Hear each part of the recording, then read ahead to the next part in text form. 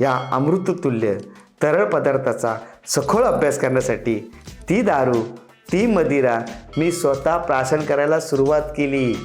काय बोलताय काय सर? मी स्वतः उत्पादन काढायचो. हाव त्याला हातबत्ती म्हणतात.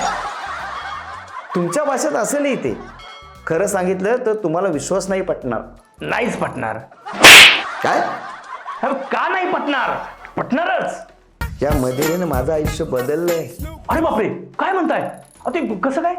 मी डॉक्टर झालोय. सर्टिफिकेट माझ्याकडे. काय सांगताय? नाही, आपण डॉक्टर आहात हे माहिती होतं, पण त्याच्या पाठीमागे हे कारण आहे हे बाकी माहिती नव्हतं. तर रसिको, आजचे आपले पाहुणे म्हणजेच अप्रतिम सर्व विद्ये हे MS आणि MD दोन्ही आहेत बरं का. हा, तर काय झालं होतं सर नेमकं त्यावेळेस? सांगतो. एकदा मदिरेचं अतिप्राशन केल्यामुळे आम्लपित्ताचा त्रास झाला. तेव्हा मला माझ्या मित्राने हॉस्पिटलात नेलं. तिथे कोणताच डॉक्टर उपचार करायला तयार नव्हता. तेव्हा मला समजलं या समाजाला एका प्रामाणिक डॉक्टरची गरज आहे की जो आपलं समजून, आपला माणूस समजून वाजवी दरात उपचार करेल.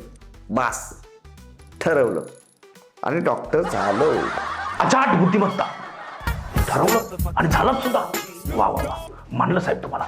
बरं, तुमच्या या डॉक्टरी पेशाबद्दल काय सांगू शकता? बरंच काय.